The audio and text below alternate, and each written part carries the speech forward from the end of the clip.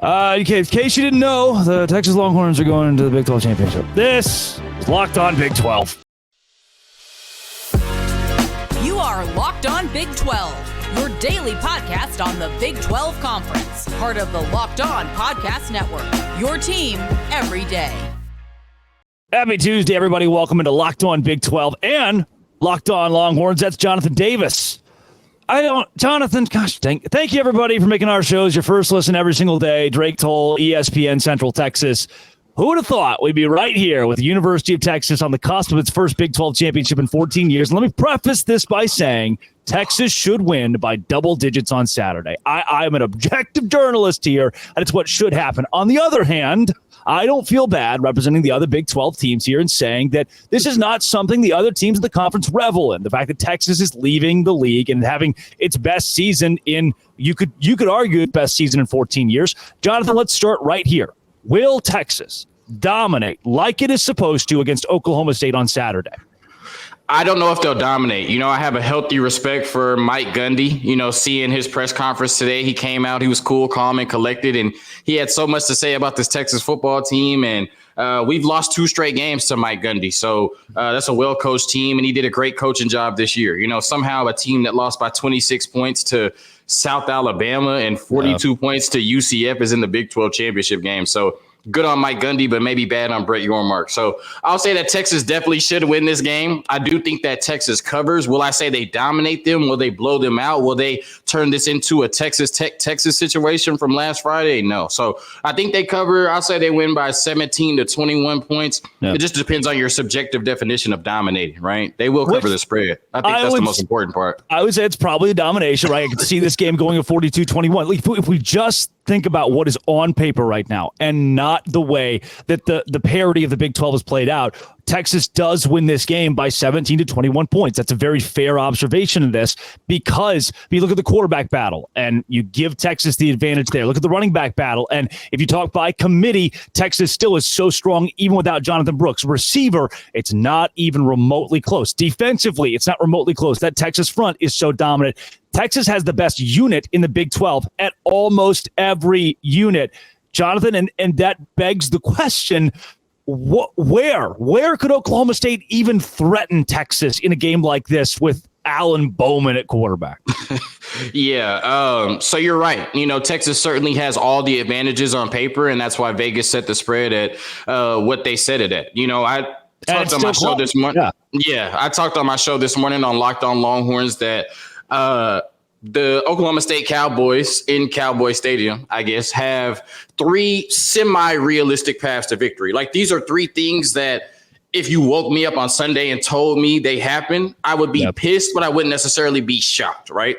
The first one is I could see in a close game, whether it's a close high-scoring game or a close low-scoring game, probably the high-scoring game, right? I would not be shocked if Mike Gundy outcoaches Steve Sarkisian in a close game on Saturday, and the margin plays, right? The swing plays go Oklahoma State's way because of Mike Gundy. I would not be shocked if that happened. That's one. Number 2, as talented as Texas is, as good as Texas is, they have the worst pass defense, in the Big 12 and one of the worst pass defenses in the country. Oklahoma State is 36th in the country in passing offense, right? So I guess strength against non-strength there. So if there's a shootout, right, and Oklahoma State puts up a bunch of passing yards, it puts up points, can Texas match them? And I know that sounds crazy. Texas fans are probably like, what is this dude talking about right now? But I'm not crazy, right? Yeah. Texas, it may be the best team in the country at getting to 30 points, but not getting to 40 points.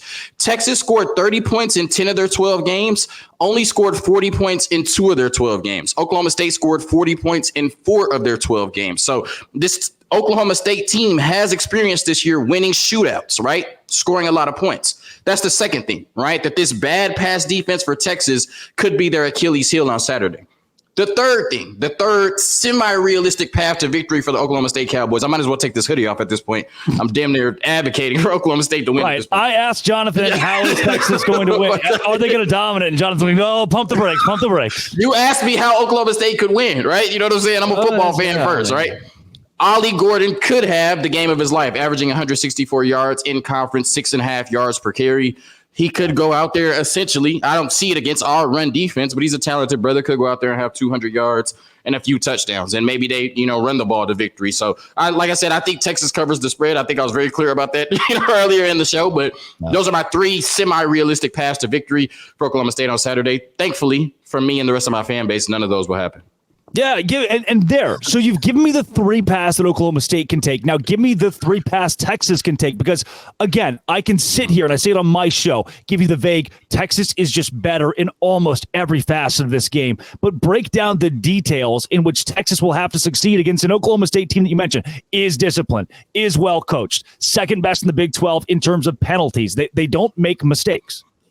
Right. So I think the paths for Texas for victory are what you've been doing all year. We could talk about Steve Sarkisian, Quinn Ewers, and all the weapons on the outside, but this is a bread and butter football team, right? Yeah. They've been able to overwhelm teams in the trenches really all year outside of, Dylan Gabriel and the University of Oklahoma. And I think that's why finally we are seeing a Texas team that lives up to the hype, right? Because they do the dirty work, right? They're able to run the ball at a really high level, and they stop the run at one of the best rates in the country. So obviously that would benefit you going against one of the best running backs in the country, maybe the Doak Walker Award winner in Ollie Gordon. You want to come out and run the ball more effectively than they do and stop the run. You're going to win a lot of football games doing that.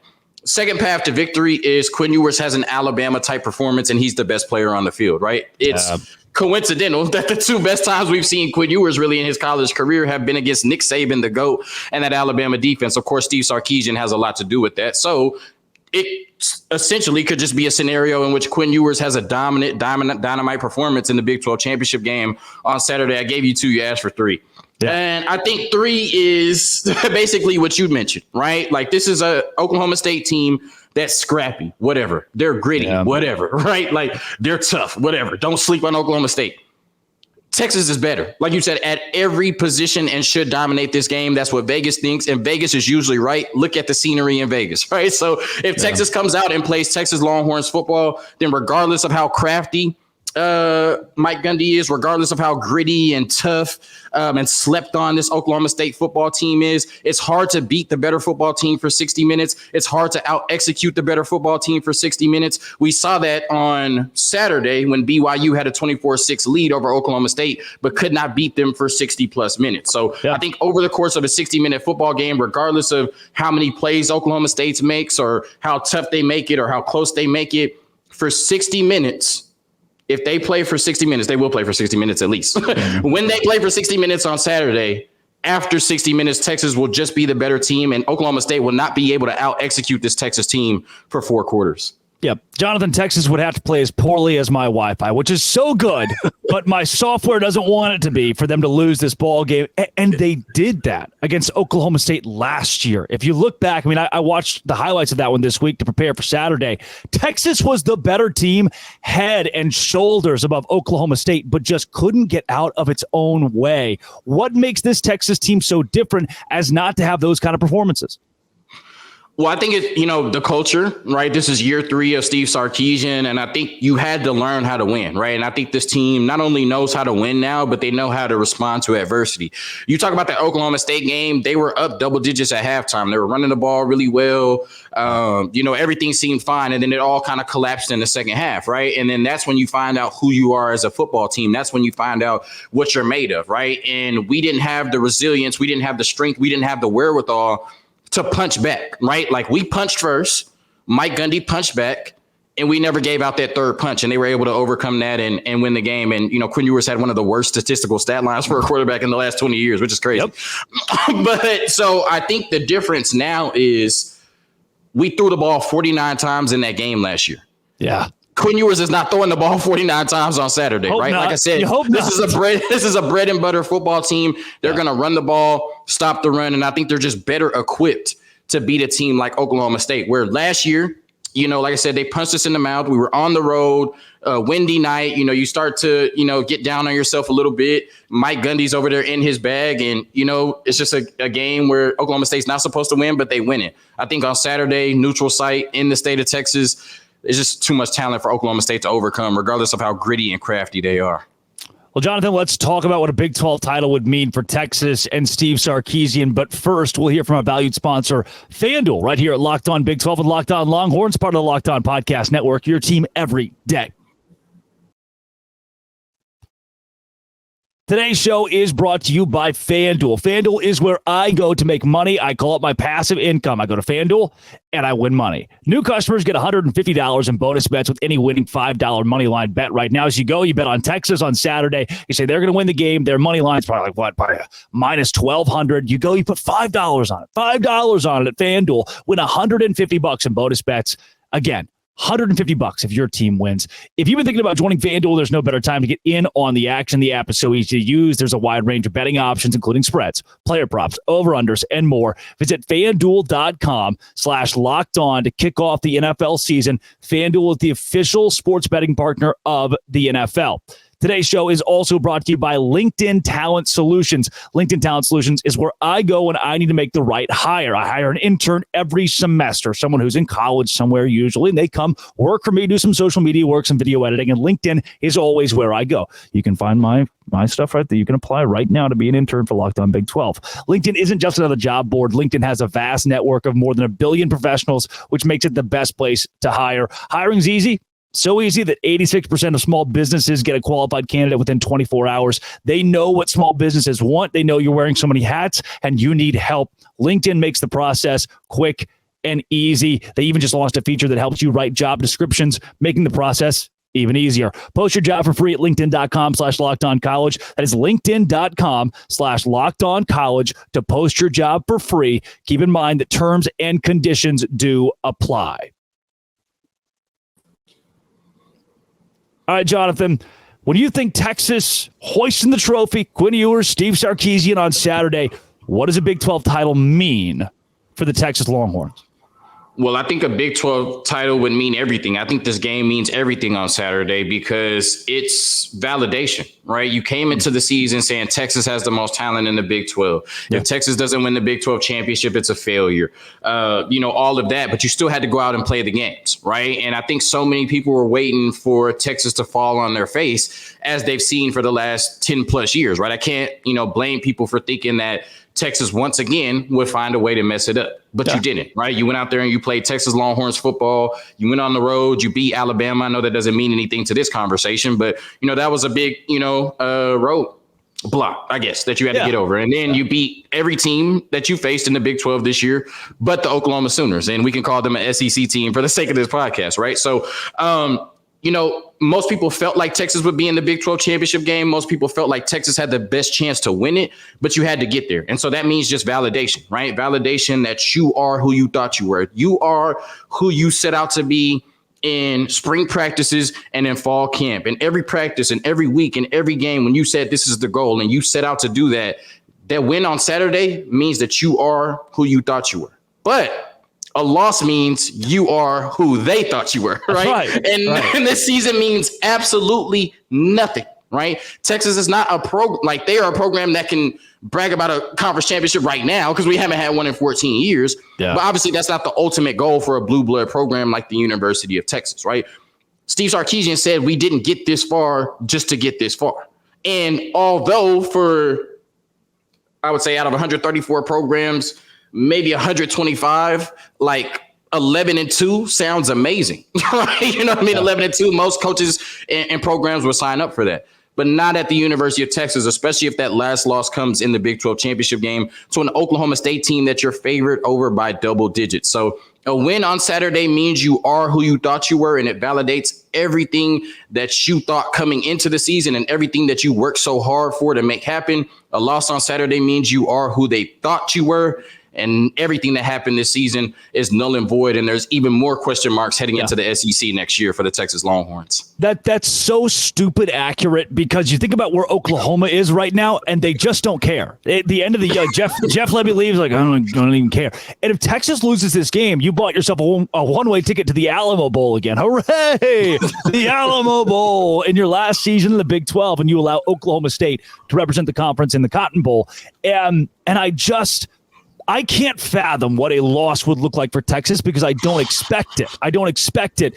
But no matter what, I'm going to give it in terms of a win here. Say Texas does win this game. This is not a conversation for Sarkisian in the locker room, but it can be for us. The one-up you have over Oklahoma despite that loss going into SEC play. With a Big 12 championship, we'll talk playoff in a bit. Is there a feeling of Texas has now asserted its dominance over OU based on the full resume at the end of the year despite that loss in the Red River? No, I don't feel that way. I don't feel that way. I wanted BYU to win. I am a Rangers fan. I know you're a Rangers fan too. Shout out to the 2023 World Series champions. Yep. And I said, I'm not going to sit here and act like I'm above taking the path of least resistance because I was rooting hard as hell for the Diamondbacks, you know what I'm saying, over the Phillies for sure.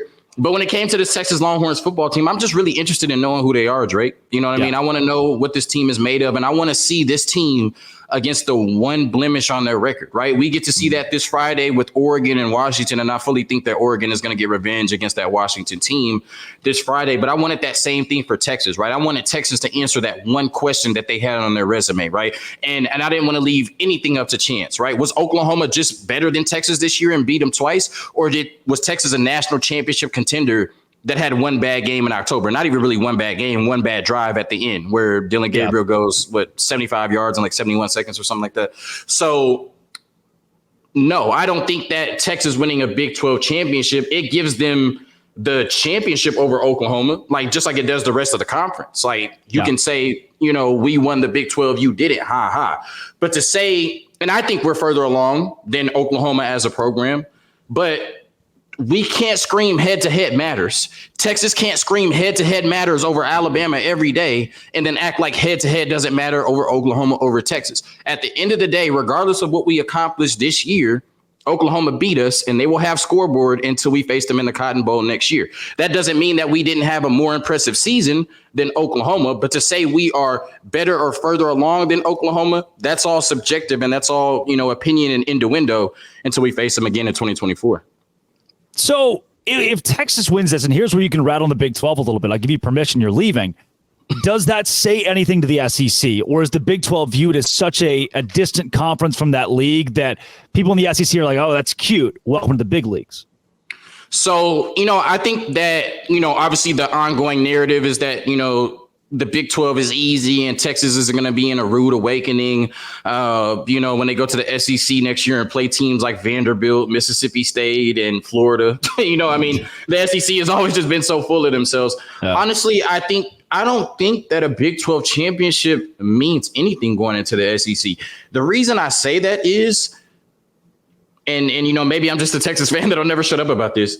When you go into Alabama, when you go into Tuscaloosa, Alabama in week 2 and win that game in the fashion that you did, and not just Quinn Ewers having a nice game, not just being able to go in there and out-scheme stuff with Steve Sarkisian and throw the ball all over the yard, I really felt like, and that was a young offensive line, whatever, for Alabama, I felt like Texas went in there and won that game in the trenches, right? Especially on defense, Texas handled business in the trenches. So to me, I've already got the validation that Texas can play in the SEC because I watched them play against Alabama on the road in front of 100,000 people and win the matchup in the trenches. So, maybe you can say Georgia will present a problem for Texas next year that no team in the Big 12 did this year. But like I said, am I worried about Kentucky, Vanderbilt, Texas A&M? I don't want to disrespect Arkansas in front of you. Florida, teams like that, like the majority of the teams in the SEC, not at all, because like I said, we went into Tuscaloosa and played and matched them in the trenches. And if you can do that against Alabama, you should be able to do that against every other team in the SEC. Jonathan, before we get you out of here, let's talk college football playoff odds. They're not great, but there is a distant path somewhere there. That's coming up next right here on Locked On Big 12, Locked On Longhorns, part of the Locked On Podcast Network, your team every day. Today's show is brought to you by Prize Picks. Prize Picks is also where I go for added income. It is I sit on my couch, I press 2 buttons, things happen on a screen in an NBA game or an NFL game, and boom, money shows up in my account. With basketball season here, you can have specials. You say LeBron James and Travis Kelce, 10.5-point combo of 3-pointers made plus receptions. Bam, it hits, you win money. You can play along some of the most famous people in the world who also go on Prize Picks, and they offer a reboot policy so that your entries stay in play, even if one of your players gets injured for football and basketball games. If you have a player who exits in the first half, doesn't doesn't return the second, they're rebooted. PrizePicks is the only daily fantasy sports platform with an injury insurance policy. Go to prizepicks.com/LockedOnCollege. Use code LockedOnCollege for a first deposit match up to $100. Again, PrizePicks. It's at you go in, you put in $100, you get $100 matched. Go to prizepicks.com/LockedOnCollege. Use code LockedOnCollege for a first deposit match up to $100. That is right now at PrizePicks. All right, Jonathan, college football playoff odds for Texas. Yay? Nay? What's got to happen? I mean, I know what has to happen. Will it happen?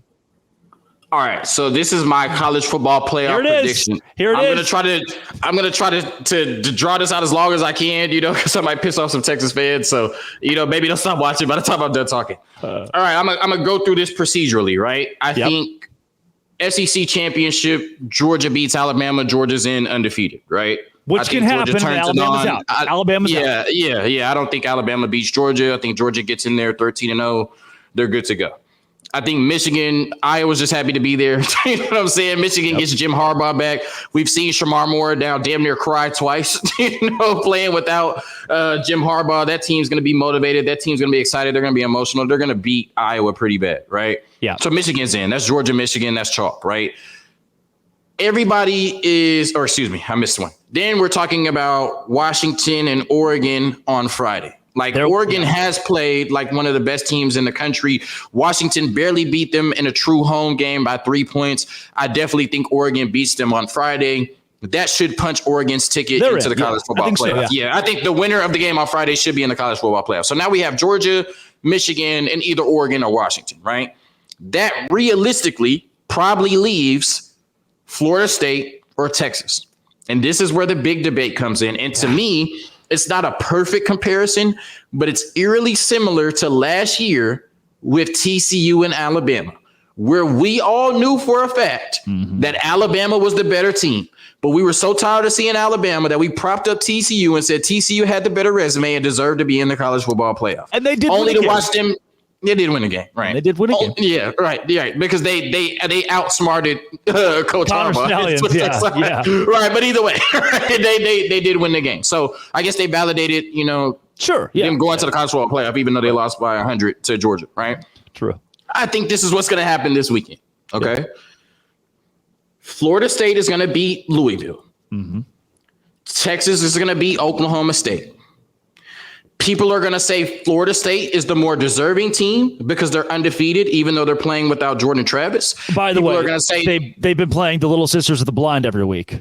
That too. People are going to say Texas is the better team, right? So then it comes down to a conversation of, do you put the more deserving team in who was literally flawless on their record if they beat Louisville, or do you put in the more exciting team who has a better chance of knocking off programs like Georgia and Michigan at this point with Texas? And I think if Texas and Florida State both win this weekend and Georgia, Michigan, and the winner of the Pac-12 championship have already punched their tickets, then I think Florida State should get in the playoffs. And I'm hoping all the Texas fans turn this off by now, right? I think that, to me, like I said, we cannot scream on-field results matter. Yeah.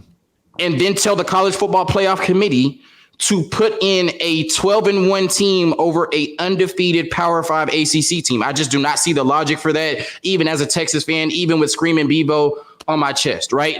You know what I mean? I'm an analyst first. I'm truthful first. I'm just going to tell you how I feel, right? So I do think Texas is better than Florida State at this point. I do think Texas would produce better games in the college football playoff at this point, but I just do not see a scenario in which it would be right or which the committee will put a 12-1 team in over a 13-0 team just because their quarterback got hurt due to injury. We've already seen a precedent where a backup quarterback at Ohio State led a team to a national championship. And for all the Texas fans that are sitting at home pissed at me and mad right now, I want to ask you this. I'm going to challenge you to answer this question honestly. If Texas was 12-0 right now and Malik Murphy was the starting quarterback because Quinn Ewers was hurt and we won on Saturday, how would you feel if people said a 13-0 Texas team wouldn't look good in the playoffs with Malik Murphy, so they should be left out? you would feel right now how all of the Florida State fans feel hearing that BS. So I can't feel a type of way just because Texas is involved. If a 13-0 Florida State team exists on Saturday, they should be in the college football playoff. In any other year, Texas would probably make it. Unfortunately, this looks like the year that they might be on the outside looking in. But with that being said, I'm rooting hard as hell for Louisville for sure. Yeah. and at the root of this, at the true root of this, you defend Oklahoma for 1 minute, and we're not having this conversation. You defend Oklahoma at the end of that game for 1 minute, and we're not having this. It's not. You're probably the number one team in the country right now. Correct. So that's what I'm saying. On field, if we want to scream on field results matter to all the Bama fans, then on field results matter. And Florida State found a way to go 13-0 if they win on Saturday. You cannot penalize a team of 100 people because their quarterback got hurt. And like I said, we have a precedent that anything can happen when you get there. It's 2 football games. Jonathan Davis, Locked On Longhorns. Thanks for joining Locked On Big 12 today. Yes, sir. They hate me, but who cares? Hook 'em. For all those out there, at Johnzo Ball on Twitter, you go follow them. You subscribe to Locked On Longhorns, even though they're leaving us. This has been and always will be. Come back tomorrow. Let's break down Oklahoma State, and if they have a chance to win this game. Thanks for making our shows your first listen every single day. Locked On Dose Grande.